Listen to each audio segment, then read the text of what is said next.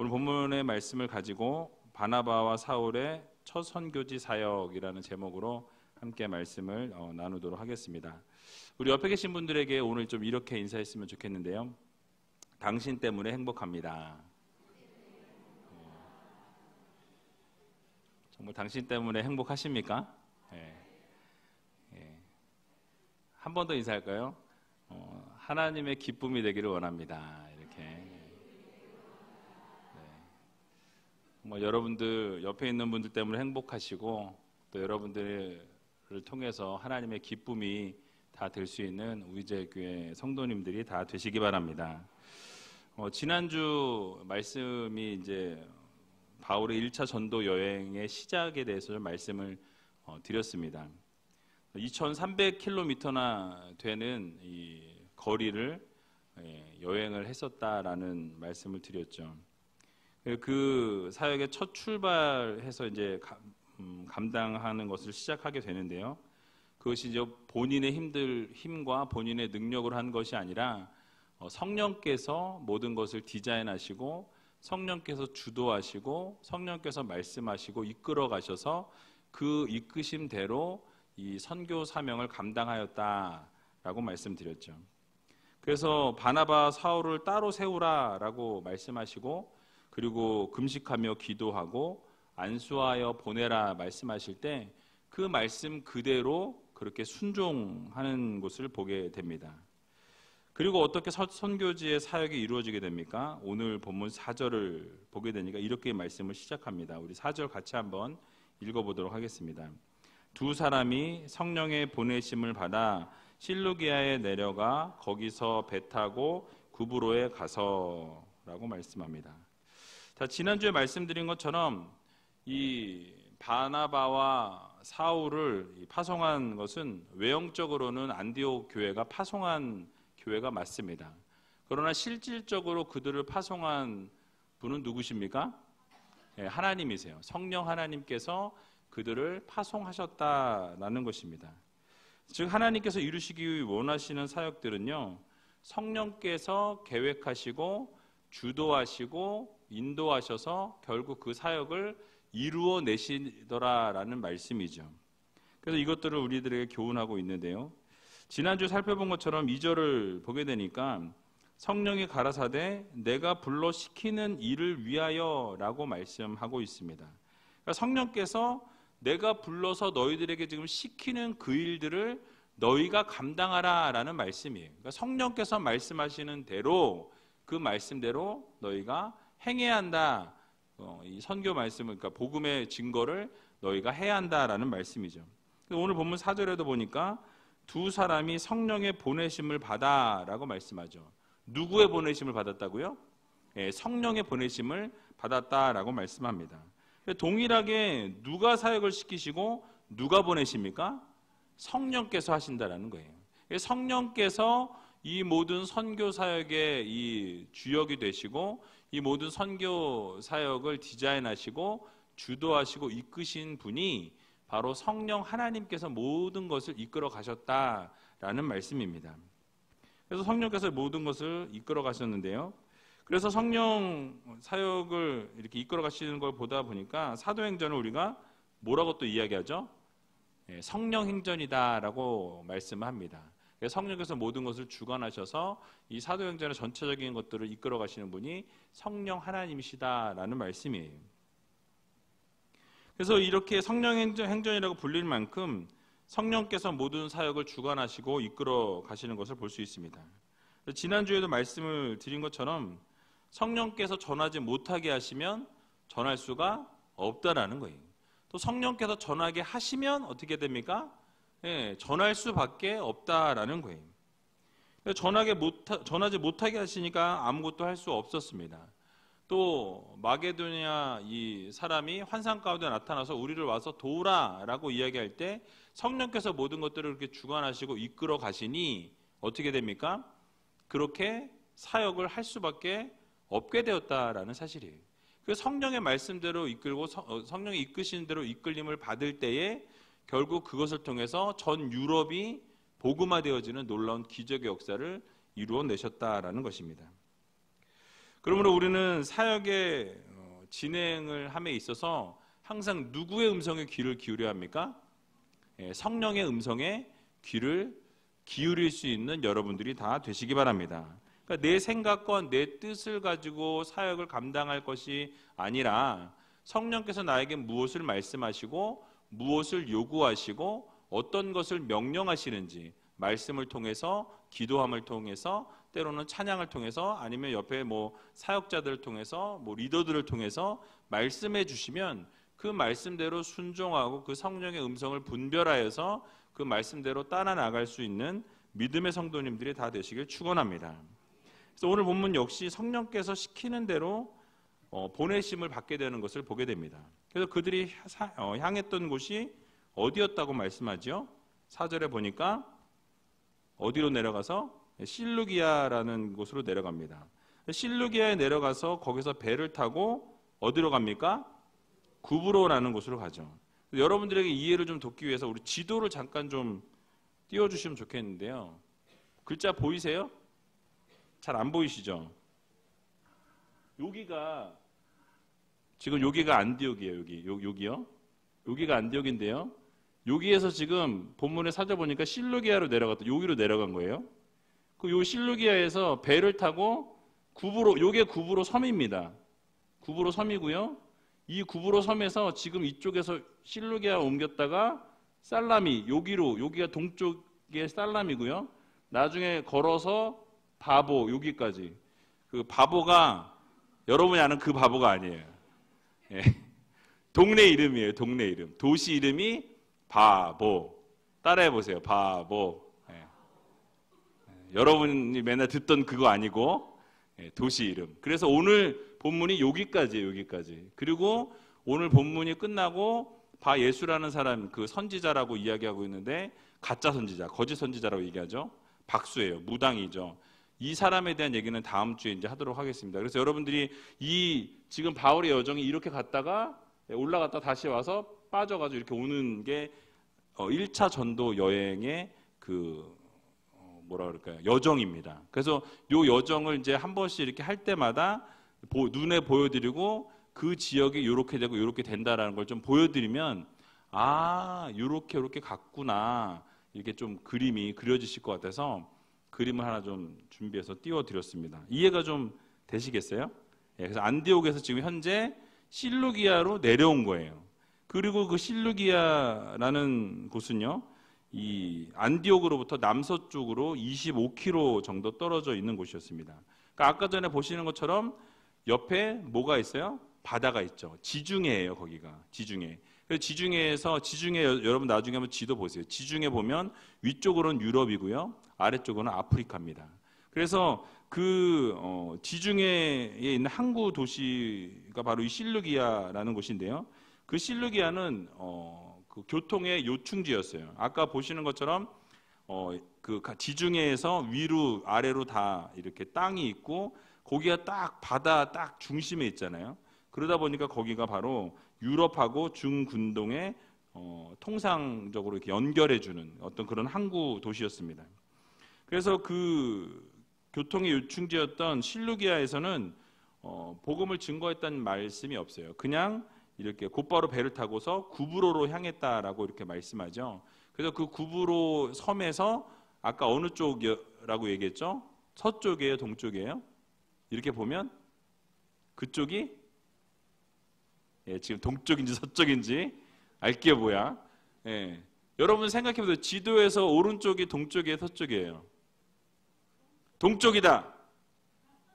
자, 서쪽이다. 에라 모르겠다. 자, 그 동쪽이에요, 동쪽. 그러니까 이 구브로는요, 오늘날에도 저 섬이 존재합니다. 이 사이프러스라는 섬으로 되게 아름다운 섬으로 유명해요. 키프로스라고 부르기도 하고요. 그래서 이 섬은 이 실루기아, 아까 이 안디옥에서 남서쪽 25km라고 그랬죠. 그 실루기아로부터 또 남서쪽으로 100km가 떨어져 있습니다. 그래서 100km의 그 바다를 건넌 거예요. 그리고 건너서 그 구브로 섬에 도착했다라는 것입니다. 그 구브로 섬의 이 동쪽 끝에 살라미라는 그 곳으로 이제 전도를 하러 갔다라는 것입니다. 그래서 첫 선교를 시작한 곳이 바로 이 지중해 섬에 있는 살라미에서 복음을 증거하기 시작했다라는 말씀이죠. 그래서 오늘 5절을 보게 되니까요, 이렇게 말씀합니다. 같이 한번 5절 읽어보도록 하겠습니다. 살라미에 이르러 하나님의 말씀을 유대인의 여러 회당에서 전할새 요한을 수종자로 두었더라. 아멘. 자, 살라미라는 곳은요, 바나바와 사울이 이 실루기아에로부터 떠나서 구브로에 처음 도착한 이 동쪽에 있는 그 항구 도시예요. 거기도 당연히 이제 바닷가 옆에 있으니까 항구 도시겠죠. 그래서 그 항구 도시인데 아까 말씀드린 것처럼 이쪽이 동쪽입니다. 동쪽.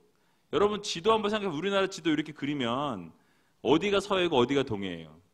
이쪽이 서해고 이쪽이 동해잖아요. 그죠? 여러분 이제 볼 때 오른쪽, 그죠? 동쪽이잖아요. 동쪽이에요, 그쪽이. 그래서 이 동쪽이 있는 곳이 살라미라는 곳에 내리게 되죠. 그곳은 구브로 섬에서 가장 크고 번화한 지역이었다고 해요. 그래서 이 살라미라는 그곳이 그 구브로 섬에서 가장 번화하고 가장 이렇게 크고 발달해 있던 도시가 바로 그 살라미라는 그 지역이었습니다. 그래서 그곳에서 여러 회당에서 바나바와 사울이 하나님의 말씀을 전했다라고 이렇게 쓰여 있습니다. 그래서 그런 것을 볼 때 유대인의 여러 회당이라고 표현된 것을 보면 이미 거기에 유대인이 살고 있었을까요? 없었을까요? 예, 살고 있었으니까 유대인의 회당이 거기 있었겠죠. 그 유대인의 회당이 있었다라는 것입니다. 유대인들이 많이 살고 있었다라는 건데 여러 회당이라고 했으니까 몇 개인지는 모르지만 여러 개의 회당이 있었다라고 말씀하고 있습니다. 그래서 구브로 섬에 유대인들이 거주하기 시작한 것은 그 역사가들에 의해서 보니까 대략 BC 320년부터 유대인들이 그곳에 옮겨서 살고 있었다라고 기록되어져 있습니다. 그래서 그 이후에 여러분이 아시는 것처럼 지난번에도 우리가 함께 살펴봤는데 스테반 집사가 순교할 때 어떻게 되죠? 예루살렘 교회와 모든 그쪽에 있는 유대인들이 예수 그리스도를 믿는 사람들이 어떻게 돼요? 다 흩어지게 되죠. 디아스포라라고 이야기하잖아요. 그래서 그 고향을 등지고 각 외국으로 가서 믿음을 지키는 사람들이 생겨나게 되었습니다. 그래서 구브로 섬에 그때 당시에도 또 유대인들이 이렇게 안착해서 복음을 증거하면서 살게 되었다라는 말씀이죠. 그 증거가 사도행전 11장 19절에서 21절에 나와 있습니다. 그래서 여러분 사도행전 11장 앞으로 2장 가시면 19절에서 21절에 보면 지난번 읽었던 부분인데요. 제가 읽어드리도록 하겠습니다. 때에 스데반의 일로 일어난 환란을 인하여 흩어진 자들이 베니게와 어디요? 구브로와, 지금 구브로 나왔죠? 오늘 지금 살펴본 이 섬이 구브로예요. 이 구브로의 살람이라는 지역에도 이 유대인들이 그쪽으로 핍박을 피해서 환란을 피해서 그 구브로로 도망갔다라는 거죠. 구브로와 안디옥까지 이르러 안디옥에도 지금 유대인들이 그쪽에 정착했다라는 거죠. 안디옥과 구브로에 다 유대인들이 피하였다라는 거죠. 도를 유대인에게만 전하는데 그 중에 구브로와 구레네 몇 사람이 안디옥에 이르러 헬라인에게도 말하여 주 예수를 전파하니 주의 손이 그들과 함께 하심에 수다한 사람이 믿고 주께 돌아오더라라고 말씀합니다. 그래서 지금 이 구브로 섬에도 예수 그리스도의 복음이 증거되고 수많은 사람들이 어떻게 돼요? 예수 그리스도 앞에 돌아왔다라고 말씀하고 있죠. 그때 이미 복음이 이 살라미에도 증거가 됐다라는 말씀이에요. 구브로 섬에 이미 증거가 되었다라고 이 사도행전 11장에 나타나 있습니다. 즉 구브로에는요 이미 복음을 받아들인 사람이 많이 있었다라는 말씀이에요. 그런데 그럼에도 불구하고 이 바나바와 사울은요 복음을 증거하는 일을 멈추지 않습니다. 계속해서 복음을 받아들인 사람이 있음에도 불구하고 지속적으로 말씀을 전했다라는 거예요. 여러 회당에서 전할새라고 표현하는데요. 이 전할새라고 표현된 이 단어는요. 미완료 과거형으로 사용됐습니다. 그래서 제가 자주 말씀드렸죠. 미완료 과거형이라는 건 뭐죠? 과거에 있었던 일인데 완료되지 않은. 미완료라는 건 뭐죠? 계속 전한 거예요. 한 번 전하고 끝낸 게 아니고 전하고 또 전하고 또 전하고 또 전했고 근데 아직도 끝나지 않은 미완료형으로 계속해서 그 복음을 그 자리에서 증거했다라는 것을 나타내고 있습니다. 반복적이고 지속적으로 말씀을 선포했다라는 말씀이에요. 이방 땅에서 이방인들에게 먼저 복음을 증거하지 않고요. 누구에게 복음을 증거했습니까? 유대인들에게. 유대 회당에 들어오는 사람은 누가 들어올까요? 유대인들이 들어와요. 그래서 유대인들에게 먼저 복음을 증거했다라는 거예요. 근데 사실 그 유대인에게 먼저 복음을 증거했던 이유는 사실은 그 바울의 선교 정책이 그랬습니다. 선교 전략이 바로 먼저 유대인들에게 복음을 증거하는 것이 이 사도 바울의 선교 전략이었어요. 그래서 자기 그 민족에게 먼저 전했다라는 말씀이죠. 다음에 살펴보겠지만 사도행전 13장 46절을 보게 되면 이렇게 말씀합니다. 바울과 바나바가 담대히 말하여 가로되 하나님의 말씀을 마땅히 먼저 너희에게 전할 것이로되, 여기서 너희는 유대인을 말합니다. 너희에게 전할 것이로되, 너희가 유대인 너희가 그 말씀을 버리고 영생 얻음에 합당치 않은 자로 자처하기로, 그러니까 내가 그 복음을 받아들이지 않겠다라고 스스로 자처했다라는 거, 그것을 내가 받지 않겠다 거절한 너희들을 볼 때 뭐죠? 그래서 우리가 이방인에게로 향하노라라고 이렇게 선포합니다. 그러니까 처음에 선교 전략이 분명히 말씀드린 게 누구였어요? 유대인에게 전하는 거였어요. 그래서 유대인들에게 전했는데 그들이 받지 않기로 어떻게 합니까? 복음을 거절합니다. 그것을 받지 않기로 그들이 자처하기로 어떻게 하기로 결정하죠? 이제는 이방인에게 내가 그러면 복음을 증거하겠다라고 이렇게 선포하는 것을 볼 수가 있습니다. 근데 이거를 통해서 분명히 바울의 선교 정책은 유대인이 먼저였다라는 거예요. 그래서 자기 민족을 먼저 증거해서 예수 그리스도께 돌아오게 하고, 또 이방인들에게도 복음을 증거해서 믿지 않는 자들로 하여금 예수 그리스도를 받아들이도록 그렇게 이끌어냈다라는 말씀입니다. 로마서 1장 16절에도 보면 그 근거를 찾을 수 있는데요. 내가 복음을 부끄러워하지 아니하노니 이 복음은 모든 믿는 자에게 구원을 주시는 하나님의 능력이 됨이라. 첫째는 누구요? 유대인에게요. 둘째는 헬라인에게로다 라고 말씀하죠. 첫 번째로는 누구에게 복음을 증거했습니까? 유대인들에게 복음을 증거했다라는 말씀이에요. 두 구절을 이렇게 함께 생각해 보면요, 예수 그리스도의 이 복음의 기쁜 소식을 마땅히 유대인들에게 먼저 증거했다라는 거예요. 그들의 영생을 얻기에 합당치 않은 자로 자신들이 여기고 자처하게 되면 그 다음에 어떻게 했어요? 이방인들에게 복음을 증거했다라고 말씀하고 있습니다. 복음을 부끄러워하지 아니한다고 선포하면서 첫째는 유대인이고 둘째는 헬라인에게로다라고 이렇게 말씀하고 있습니다. 이 말씀은 우선권이 누구에게 있다? 유대인들에게 있다. 내가 유대인들에게 먼저 복음을 증거하기 원한다라는 이 바울의 선교 정책이 묻어나고 있다라는 것입니다. 근데 우리도 복음을 증거하는 데 있어서 그래서 여기서 한 가지 얻을 수 있는 교훈은요, 여러분들이 복음을 증거할 때도 이러한 어떤 순서가 정해져 있어야 한다는 거죠. 여러분들의 가족이 먼저 복음의 증거를 받으셔야 된다는 거예요. 그래서 여러분들의 뭐 남편, 아내, 자녀들, 뭐 아버님, 어머니, 뭐 이렇게 할머니, 할아버지, 그러니까 주변에 있는 여러분들의 가족들을 먼저 복음을 증거해서 그분들이 하나님을 믿을 수 있도록, 예수 그리스도를 따를 수 있도록 여러분들이 복음을 증거해야 한다라는 것이죠. 그래서 가족을 먼저 전도하고 또 친척과 이웃들에게 복음을 증거해야 한다라는 것입니다. 가까운 고륙과 친척을 뒤로 하고 다른 사람을 어떻게 먼저 증거하고 복음을 전할 수가 있느냐라는 것이에요. 그러므로 식구들에게 복음을 증거하고 말로만이 아니라 삶으로 복음을 드러내고 삶으로 복음을 전할 수 있는, 그래서 함께 나와 예배할 수 있는 여러분들이 되시기 바랍니다.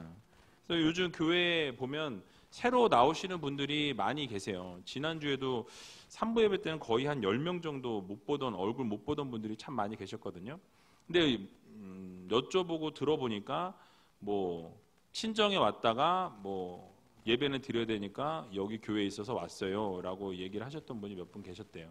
근데 그 말인즉슨 그 가족은 교회를 안 나오고 본인만 지금 교회를 나온다는 얘기거든요. 그럼 이곳에 있는 분이 만약에 와서 예배를 드리고 본인이 교회에 대한 좋은 인상을 받게 되면 그 있는 분들에게도 여기 교회 가보니까 좋더라, 당신들도 다 교회 나가라 라고 이야기할 수 있는 거 아니겠습니까? 그래서 우리가 그렇게 좀 교회가 좋은 인상을 심어주고 서로에게 좀 이렇게 사랑으로 보듬어주고 안아줌으로 해서 교회가 더욱더 이렇게 사랑으로 연합하는, 하나 되는 그런 모습이 나타나게 될 때 주변 이 지역에 있는 분들에게도 이 복음이 아름답게 흘러갈 수 있다라는 것, 여러분들이 꼭 기억하셔서 그렇게 복음을 좀 증거할 수 있는 여러분들이 다 되시기 바랍니다. 그리고 5절 하반절을 보게 되니까요, 이 요한을 수종자로 두었더라라고 이렇게 말씀하고 있습니다. 우리가 요한에 대해서 좀 같이 좀 살펴보기를 좀 원하는데요, 이 요한은요 누구냐면 이 바나바의 생질로 마가 요한이라고 이렇게 성경에 표현하고 있습니다. 골로새서 4장 10절을 보게 되면요, 나와 함께 갇힌 아리스다고와 바나바의 생질 마가와라는 표현을 쓰고 있어요.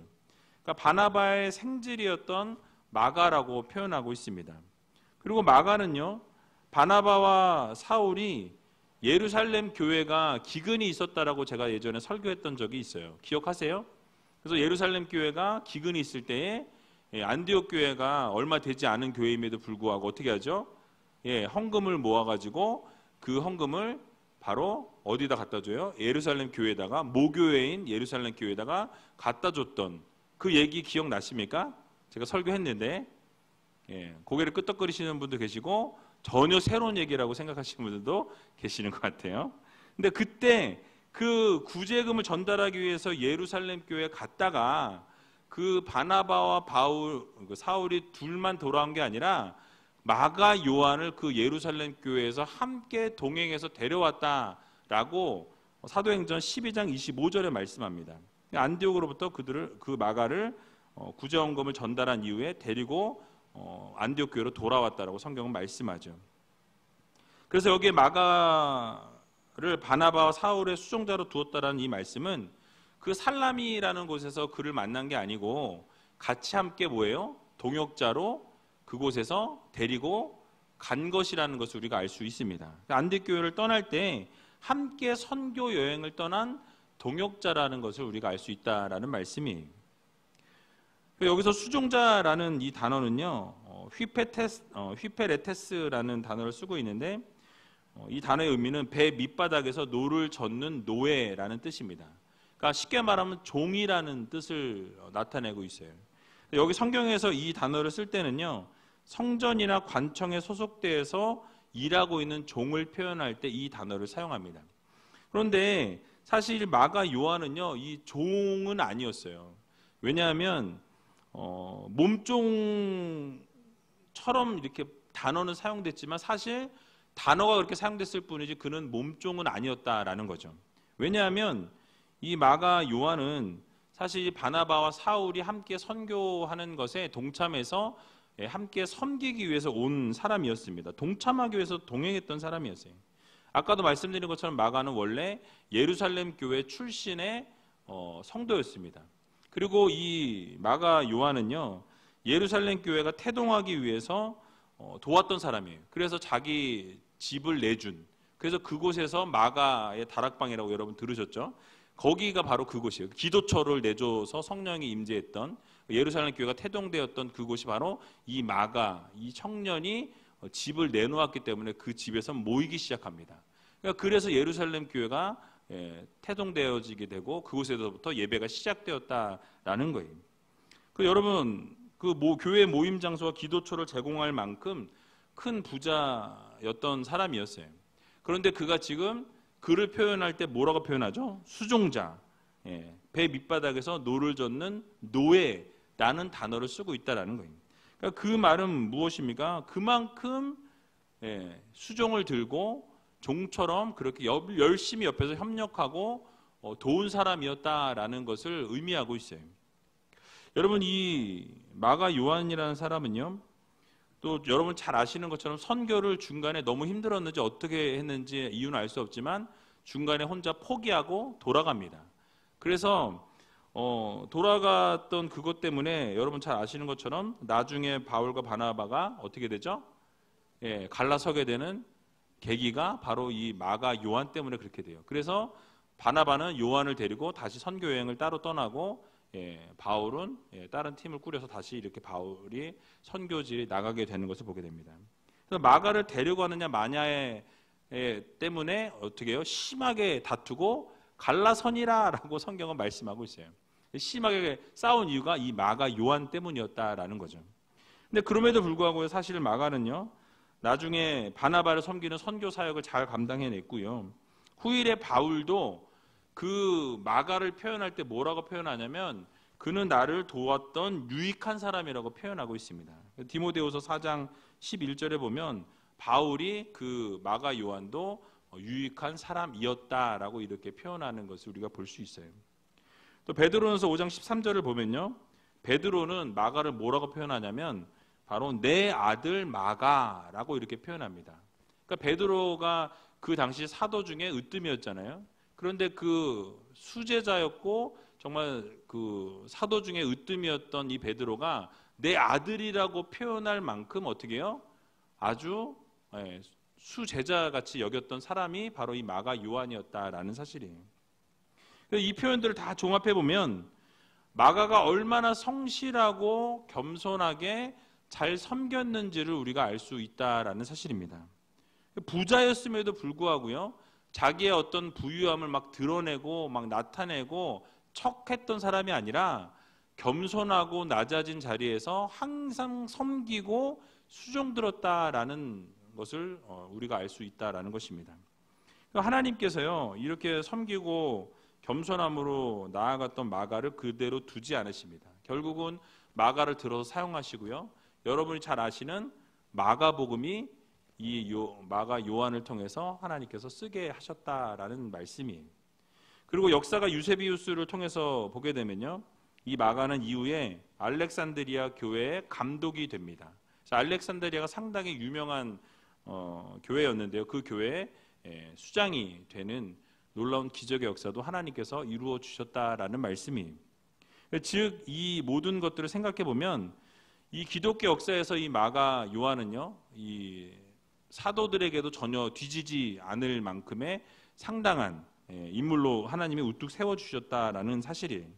그러니까 즉 오랜 섬김과 그의 겸손함과 정말 낮아져서 종처럼 그 선교지에서 섬겼던 그 모습을 통해서 하나님께서 그를 그냥 두지 아니하시고 결국 그를 높이 세워주시는 놀라운 기적의 역사를 이루어 주셨다라는 사실입니다. 예수님께서도 뭐라 그러시죠? 으뜸이 되고자 하는 자는 뭐해라? 섬기라 라고 말씀하셨죠. 섬기는 자리로 내려가라 라고 말씀하셨다라는 것입니다. 그러므로 오늘을 살아가는 우리들에게도 동일하게 말씀하십니다. 섬김을 받으려 하지 말고 어떻게 해라? 섬겨라 라고 말씀하고 계신다라는 것이죠. 예수님께서도 섬기라고 말씀하셨어요. 섬김의 자리로 내려가고 마가와 같이 종의 자리로 섬길 때에 반드시 하나님께서 높여주신다라는 이 사실을 여러분 모두 믿으시고 섬김의 자리로 내려가셔서 아름답게 섬겨 나갈 수 있는 저와 여러분들이 다 되시기를 주님의 이름으로 간절히 축원을 드립니다. 그런 의미에서 우리 옆에 있는 분들에게 우리 잘 섬깁시다 이렇게 한번 인사했으면 좋겠어요. 또 잘 섬기낸다고 너 나 섬겨라 뭐 이런 의미가 아니고 서로 잘 섬길 수 있는 여러분들이 되셨으면 좋겠습니다. 마지막으로 오늘 6절을 보게 되니까요, 이렇게 말씀하죠. 우리 6절 같이 한번 읽어보도록 하겠습니다. 온 섬 가운데로 지나서 바보에 이르러 바 예수라 하는 유대인 거짓 선지자 박수를 만나니. 아멘. 자, 이제 살람이라는 곳에서 섬의 동쪽 해안 항구 도시라고 말씀드렸는데요, 어디로 이제 옮겼다고 말씀하죠? 바보. 아주 익숙하죠? 바보. 오늘도 그 단어를 사용하셨을지 모르겠는데 바보. 이 구브로 섬의 서쪽 끝에 있는 항구 도시가 이 바보라는 항구 도시였습니다. 그래서 이 살라미에서 아까 제가 지도에서 보여드린 것처럼 그 섬이 있으면 이 섬 이 오른쪽에서부터 이렇게 중간 약간 아래쪽을 이렇게 지나서 왼쪽에 있는 그 바보라는 항구 도시까지 쭉 이어져 나가서 선교 여행을 진행해 나갔다라는 것입니다. 그래서 이 살라미에서부터 바보까지요, 횡단했는데 그 거리가 한 180km 정도 된다 그래요. 그러니까 180km 정도를 그냥 뭐 달려가서 뭐 간 게 아니고 복음을 증거하면서 그 길을 계속해서 향해 나갔다라는 것입니다. 근데 그 길을 가는 동안 여기 본문을 보게 되면 아무 이야기가 없어요. 그죠? 그러니까 섬 가운데로 그냥 지나서 바보에 이르렀다라고 언급하는 것 외에는 아무것도 없는 것을 보게 됩니다. 그러니까 그 말인즉슨 구브로의 그 살라미로부터 바보까지 이르는 그 길에서 뭐 했겠어요? 그냥 갔겠어요? 예, 그 횡단을 했는데 그 횡단하면서 복음을 증거했다라는 거예요. 근데 복음을 증거했는데도 뭐가 없었던 거예요? 열매가 없었던 거예요. 아무런 어떤 좋은 결과가 없었다라는 것입니다. 만약에 좋은 결과가 있었다면 어떻게 했을까요? 기록을 했겠죠. 여기서 누구를 만나서 어떻게 됐는데 그 사람이 이렇게 해서 변했다라든지 기적을 체험했다라든지 뭐 어떤 내용이 있어야 되는데 아무 내용이 없고 그냥 바보에 가서 거기서부터 이제 또 내용이 시작되는 것을 볼 수가 있습니다. 그래서 바나바 사울이 이 구브로에서 그쪽에서 지나갈 때 그렇게 별다른 성과를 얻지 못했다라는 것을 우리가 성경을 통해서 추정해 볼 수 있다라는 거예요. 그래서 여러분 바나바 사울이라고 해서 항상 좋은 열매와 좋은 결과만 가졌던 것은 아닌 것을 우리가 알 수 있습니다. 그래서 선교 여행 초기에는요 이렇게 아무런 결과를 맺지 못했던 것을 우리가 볼 수 있다라는 사실이에요. 사도행전을 계속해서 우리가 읽어보게 되면 많은 박해가 있고요, 핍박도 있었고 힘든 순간도 있었고 반대도 있었습니다. 근데 그러나 중요한 게 뭐냐면 그런 박해와 핍박과 어려움 상황 가운데서도 어떻게 했죠? 복음을 끝까지 전했다라는 거예요. 그 복음을 그들이 듣든지 듣지 아니하든지 복음을 끝까지 증거했다라는 것이 중요하다라는 말씀입니다. 전도 행진을 멈추지 않았다라는 사실이에요. 그들은 구브로의 섬 동쪽 끝 살라마에서부터 서쪽 끝인 바보까지 뚜렷한 결실은 없었지만 실망했다는 기록이 없어요. 그죠? 거기서 뭐 실망해서 좌절했다. 그래서 그들에서 돌아갔다. 아니면 아무것도 하지 못해서 포기했다. 이런 말이 없다라는 거예요. 근데 끊임없이 그 복음을 그 길을 가면서 증거했다라는 사실이에요. 열매가 있든지 없든지 열심히 예수 그리스도에 대한 복음을 증거하기 시작합니다. 다음 주 살펴보겠지만요. 결국 그곳에 총독으로 파송되어 있던 서기오 바울이라는 사람을요 전도하게 됩니다. 그래서 그가 복음을 받아들이게 되는 놀라운 기적의 역사가 일어나게 되었다라는 사실이에요. 그러므로 우리는요 이 오늘 본문을 살펴보면서 단기간에 걸쳐서 이 복음 증거에 대한 결실이 없다고 실망해서는 안 된다라는 사실이에요. 여러분들이 복음을 증거하고 복음을 전하고 열심히 전도했는데 맺혀지는 게 없어요. 아무도 교회 오질 않아서 막 실망하고 내가 어떤 사람 놓고 3년을 열심히 했는데 그 사람이 꿈쩍도 안 하더라 하면서 막 실망하고 낙심해서 내가 전도 다시 알아봐라 이러면서 다시는 안 한다고 이렇게 하신 분이 혹시 이 자리에 앉아 계시다고 한다면 여러분 실망하지 마시기 바랍니다.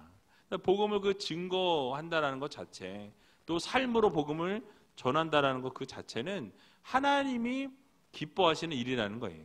우리가 열매를 맺든지 맺지 못하든지의 문제는 하나님께서 모든 것들을 주도하시고 이끌어 가신다는 사실을 믿으시고 여러분들은 어떻게 하시면 돼요? 그저 복음을 전하시면 된다라는 거예요. 그래서 우리는 주님께서도 고향에서 배척받으셨죠. 주님께서도 환영받지 못했습니다. 그런데 복음 전하는 것을 멈추지 않으셨어요. 그래서 늘 말씀을 증거하셨다라는 거예요. 그래서 여러분도 당장에 아무것도 없는 것 같고 열매가 없는 것 같아도 끝까지 복음을 포기하지 아니하고 증거하게 되면 그 복음을 들은 여러분들의 친척이나 여러분들의 가족이나 여러분들의 이웃이나 친구들이나 누구든지 그 복음을 듣고 때가 되면 하나님께서 반드시 그 마음을 바꾸시고 돌이키셔서 예수 그리스도를 믿는 하나님의 자녀로 바꿔주신다는 것 여러분 믿으시고 복음을 끝까지 증거할 수 있는 저와 여러분들이 다 되시기 바랍니다. 그래서 항상 복음을 증거하는 사명 여러분 놓지 마시고 때가 되면 반드시 좋은 열매를 맺게 하신다라는 것, 여러분 기억하셔서 이 복된 소식을 만방에 전할 수 있는 저와 여러분들이 다 되시기를 주님의 이름으로 간절히 축원을 드립니다.